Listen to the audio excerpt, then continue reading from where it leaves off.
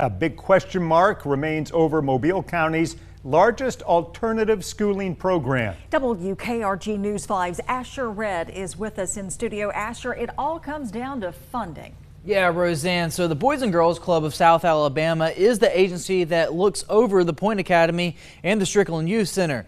They have until Saturday to secure the funds they need to operate at-risk education for the rest of the school year. Well, everyone has said they will help me. No one has said that they will help me with money.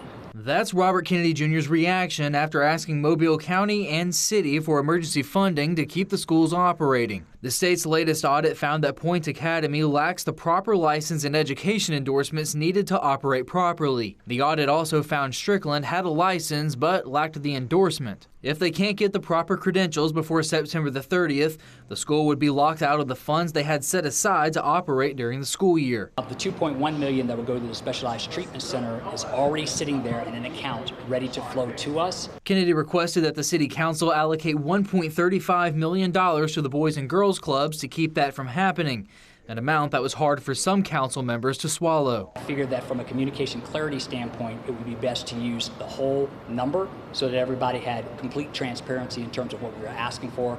Obviously, they can distribute it in whatever the normal distribution pattern is. Kennedy says that if the organization doesn't get the money it needs, the schools could be forced to close. And if the programs are shut down, Kennedy says hundreds of students would be sent back to the school systems they came from, with many back to the Mobile County Public School System, even if they were permanently expelled. Hopefully, with all these different agencies working together, we can all figure out how to move forward and make sure that they still have those type of services. Kennedy says that in the worst case scenario, the schools would be able to operate up until the middle of October. Live in the studio this evening, Asher Red, WKRG News 5.